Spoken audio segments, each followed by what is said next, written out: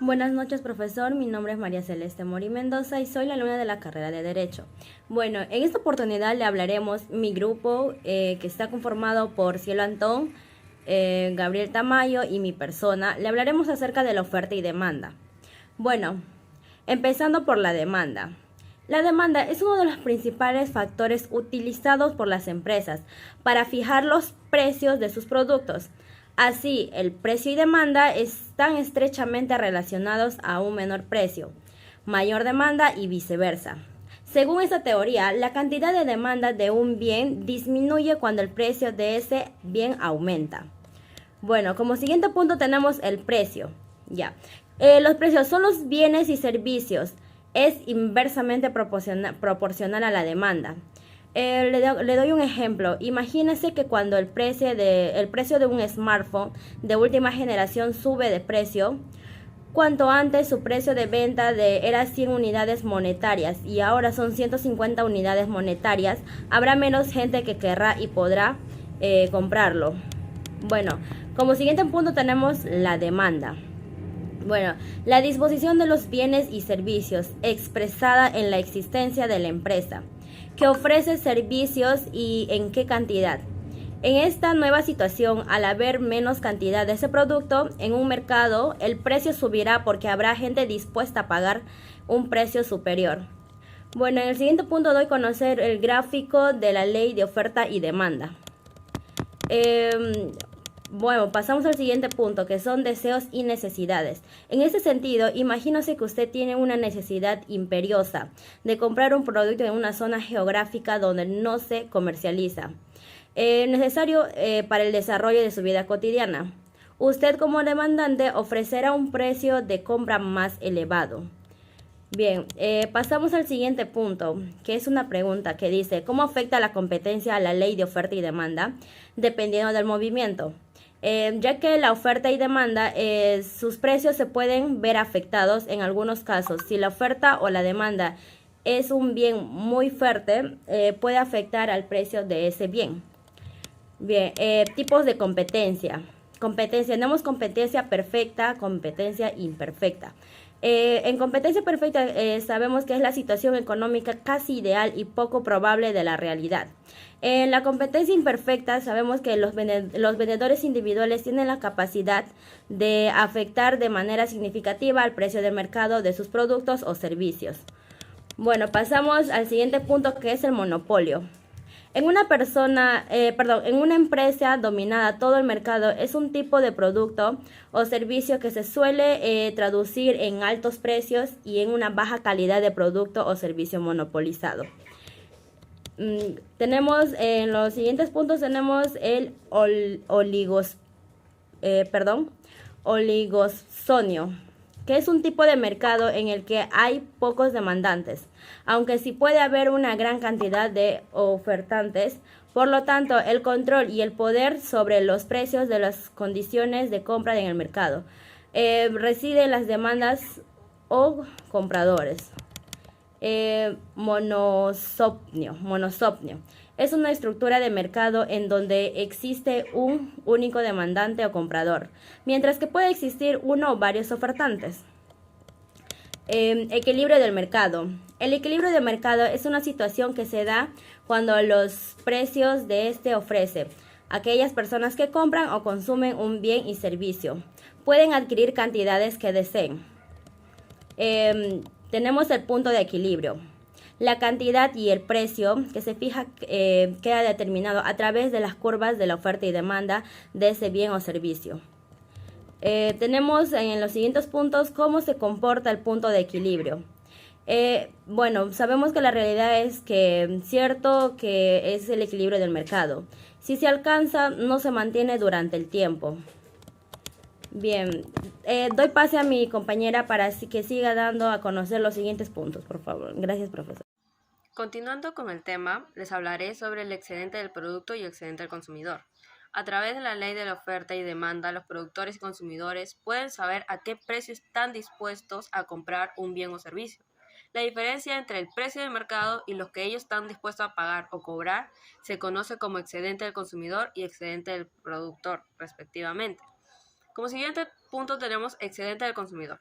El excedente del consumidor es la diferencia entre la utilidad total que obtenemos de un bien o servicio y su precio de mercado, por la ley de rendimientos decrecientes. Esto significa que la primera unidad que adquirimos lo valoramos altamente, pero a medida que vamos adquiriendo unidades adicionales, nuestra valoración va cayendo.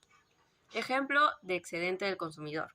Veamos un ejemplo. Supongamos que un turista va caminando por una playa soleada y tiene mucha sed. El primer vaso de agua lo valora en 4 euros. El segundo vaso de agua lo valora en 3 euros y el cuarto en 2 euros y por último en 1 euro. El excedente del productor. El excedente del productor surge por la ley de rendimiento decrecientes. Esto significa que la primera unidad que vende un producto está dispuesta a venderla más barata, pero a medida de que va vendiendo más unidades adicionales va elevando el precio. Sin embargo, el precio al que cobra cada unidad es siempre el mismo. El precio de mercado de esta manera disfruta de un excedente positivo de las primeras unidades que vende hasta llegar a la última en el que el excedente sea cero. Ejemplo de excedente del productor. El excedente del productor lo utilizan las empresas para analizar cuánta producción les conviene fabricar. Por ejemplo, si a un vendedor les cuesta producir un bien un coste de 150 euros y lo vende por 200 euros, tendrá un excedente de productor de 50 euros. Si el precio de mercado fuese 130 euros y el producto no participaría en él, ya que no ganaría excedente y por tanto no le sale rentable entrar a ese mercado. A continuación podrán ver un gráfico que realizamos mi grupo y yo. El crecimiento económico y relación con el desarrollo social, la pobreza y el empleo. La relación de crecimiento y pobreza ha sido ampliamente estudiada por científicos sociales. Los investigadores analizan la relación entre crecimiento de la economía y aumento del ingreso del quintil más pobre para una muestra de 137 países con información desde 1950. Fenómeno económico. Durante la primera década del siglo XXI, América Latina experimentó un fuerte crecimiento que fue atribuido fundamentalmente a los precios de las exportaciones y a la creciente demanda de China. Asimismo, las transiciones democráticas en la región llevaron al poder a gobiernos con políticas económicas muy contrapuestas y con diferentes visiones de los sectores que impulsaban el crecimiento. Como siguiente punto tenemos el concepto relacionado con el fenómeno económico. Según las Naciones Unidas, la verdadera riqueza de una nación está en su gente. El objetivo básico, el desarrollo, es crear un ambiente propicio para que los seres humanos disfruten de una vida prolongada, saludable y creativa. Fenómenos económicos de la macroeconomía. La macroeconomía estudia fenómenos económicos generales como la inflación, el nivel de precios, las tasas de crecimiento económico, la renta nacional, el Producto Interno Bruto y la evolución del desempleo. A continuación le paso con mi compañero Gabriel. Buenas tardes, profesor. Mi nombre es Gabriel Tamayo Santiago y yo hablaré acerca de la macroeconomía que estaba relatando mi compañera Cielo Antón. Seguiré con su relato. Los macroeconomistas, personas que estudian la macroeconomía, estudian muchos factores económicos generales para determinar cómo funciona la economía en su conjunto. Bueno, 4 de estos factores destacan como los más importantes del desempleo. La tasa de desempleo es el porcentaje de personas que están dispuestas a trabajar y son capaces de hacerlo, pero que no encuentran un trabajo remunerado. Los desempleados no contribuyen activamente a la economía y si la tasa de desempleo es lo suficiente alta, puede provocar la ralentización del crecimiento económico. Algunos macroeconomistas incluyen a la tasa de desempleo a las personas que han dejado de buscar trabajo a la que no puede trabajar. Bueno, ahora hablaré acerca de la inflación. La tasa de inflación se refiere al aumento de costo de los bienes y servicios a lo largo del tiempo y es una de las áreas más difíciles de estudiar por los macroeconomistas. Los macroeconomistas suelen estar de acuerdo en que la inflación debe permanecer bajo, lo que constituye una forma de mitigar los posibles efectos negativos de una recesión. Bueno, Hablaré ahora acerca de la renta nacional. Es un estudio de la riqueza que genera una región o economía. Los macroeconomistas se fijan en cifras como la producción interior bruto, el PIB, el Producto Interior Bruto Real, el Producto Nacional Bruto y el ingreso nacional neto, que son formas de analizar el valor de los servicios y bienes que produce un país en un año durante un ciclo económico concreto. Entre estas cifras, el PIB es una de las estadísticas más importantes de la economía. Representa tres conceptos distintos de la fuerza de la economía. El valor de todo lo que se produce en un país, el valor de todo lo que compra dentro de un país, más las exportaciones netas de ese país a otros países. Es decir, el comercio internacional de un país, los ingresos de todas las personas físicas, jurídicas de un país, productos económicos, la producción económica, examina la cantidad de bienes y servicios producidos por una economía. Si más personas compran los bienes y servicios de la economía, la producción se mantendrá alta y el país podrá mantener el empleo y recaudar más ingresos fiscales. Los macroeconomistas desarrollan modelos basados en estos factores que pueden predecir cambios generales en la economía, como la relación entre los tipos de interés y la confianza de los consumidores. Sus modelos también pueden ayudar a predecir el crecimiento o el estancamiento económico. Bueno, ahora hablaré acerca de la macro y microeconomía de un mercado. La economía forma parte de las ciencias sociales y se dedica al análisis de los procesos de producción, intercambio y consumo de bienes y servicios. Se trata de la disciplina que estudia la satisfacción de necesidades limitadas con recursos escasos, ¿no? Ahora mencionaré la microeconomía y macroeconomía. Son disciplinas complementarias. Para entender la segunda, es bueno entender cuestión de la primera y viceversa. Tanto si tu día manejas términos únicamente de una o de otra. Es de gran utilidad que tengas conocimiento de ambas. El estudio de ambas disciplinas es fundamental para cualquier economista o análisis. Lo que sí es verdad es que según tu profesión es normal que des más importante a un factor que a otros. Tenerlo en cuenta es importante para no priorizar las tareas equivocadas y contar con una visión amplia del contexto. Ahora hablaré acerca de las diferencias entre la microeconomía y la macroeconomía. Distintas bases teóricas. La microeconomía se centra en el estudio de unidades económicas individuales, así como mercados particulares, mercados de teléfonos móviles y consumo de un producto en particular. La macroeconomía estudia agregados del PIB, desempleo, inflación o crecimiento económico. Ahora hablaré de las diferentes variables. En microeconomía, las variables tratan conceptos individuales, producción de una empresa o lo que consume un individuo o en el consumo de un producto particular.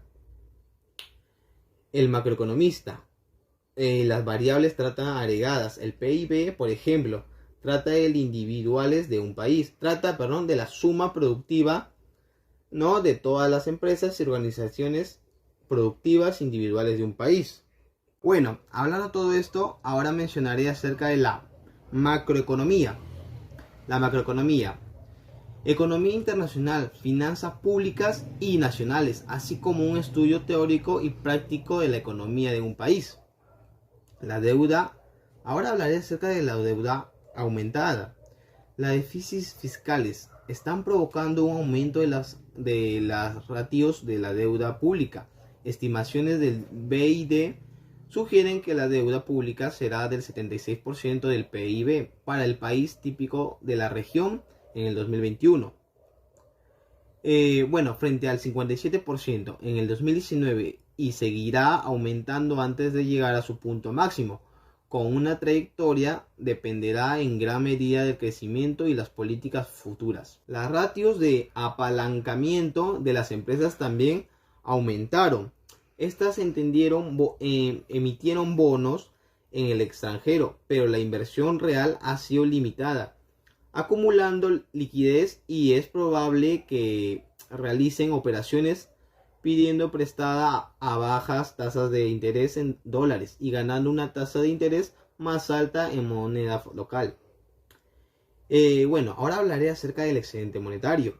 Las inyecciones de liquidez de los bancos centrales sugieren riesgos en direcciones opuestas. Es un buen escenario si se reactiva de manera, pero se mantienen las limitaciones de una oferta. La inflación puede aumentar.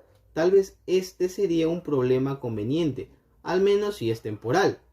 En la dirección opuesta, la política monetaria puede resultar ineficaz. Pero esto parece haber sucedido ya. Los bancos centrales ampliaron la liquidez, pero esta parece haber regresado en parte en forma de mayores reservas bancarias, mantenidas en los bancos centrales. Sin embargo, esto no es necesariamente una indicación de una posible persistencia. Trampa de liquidez. Después de todo, somos un conjunto de economías pequeñas y abiertas.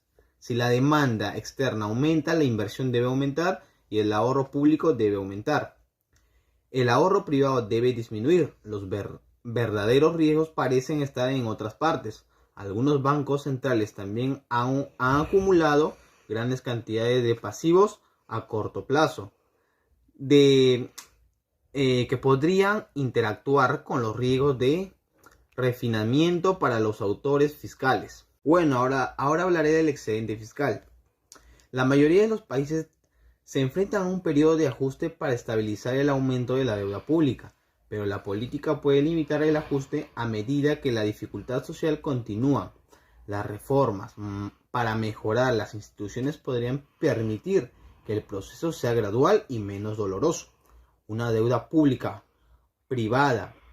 y privada aún elevada puede frenar el crecimiento.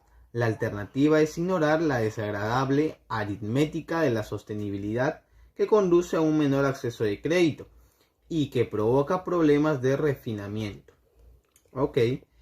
Este podría ser el cambio para la reestructuración de la deuda con Argentina, Barbados y Ecuador, ya que se sometieron a un plan de reestructuración y las nuevas cláusulas de acción colectiva pueden hacer que sea menos doloroso para quienes sigan el ejemplo.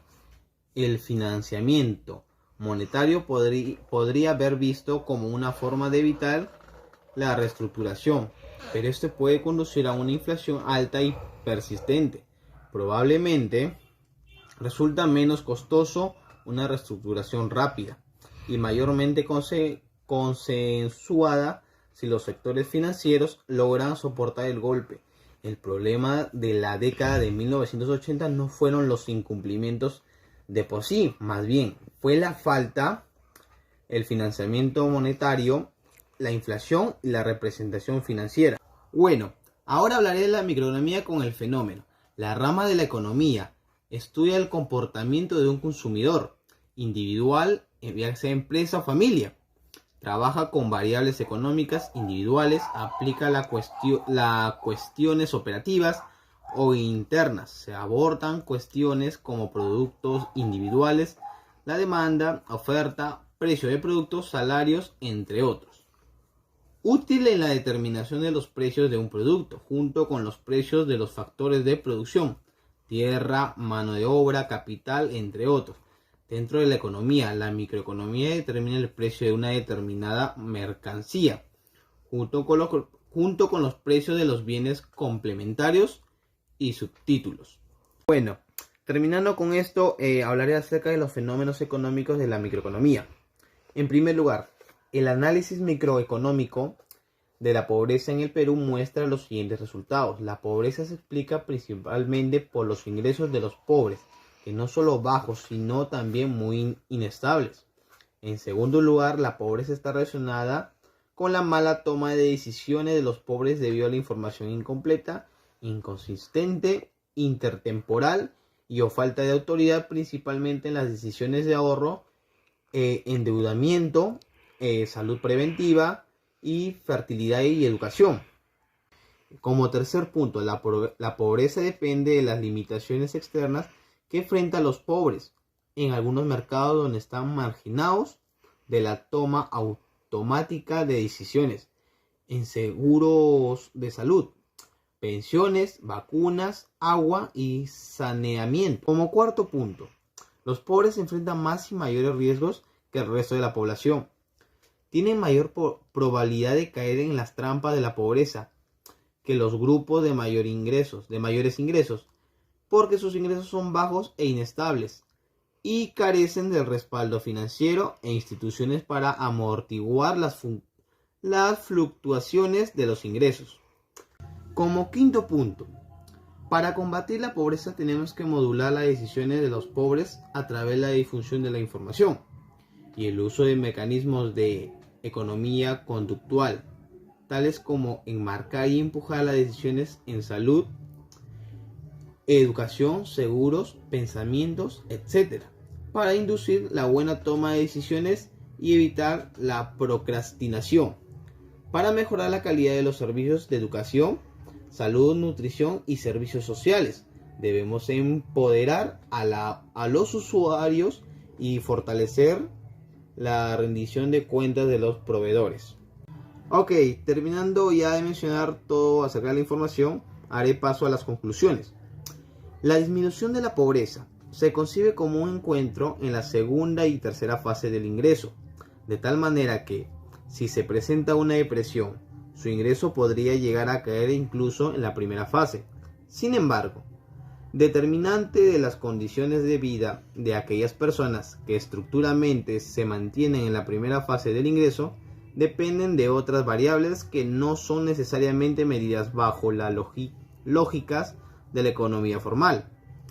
La disminución de la inequitud no tiene necesariamente efectos positivos en la disminución de la pobreza, dado que las personas pobres obtienen sus ingresos de las lógicas del primer mercado de bienes y servicios necesarios para la vida, y estos ingresos comúnmente son gastados en los bienes y servicios que también se producen en estos mercados subterráneos. Bueno, cuando el Estado trata de focalizar el gasto y llegar a la persona cuyo ingreso pertenece a la primera fase, lo hace con políticas de Estado benefactorio, que no ayudan a mejorar las fuentes de ingreso de estas personas, sino que al contrario, miran por su capacidad de agencia y su resiliencia, debido a que se premia con los beneficios del Estado únicamente a las personas con situaciones de pobreza. Bueno, esto ha sido todo, la verdad, y muchas gracias. Quienes habla, Gabriel Tamayo, y este ha sido el relato de mi trabajo grupal. Gracias.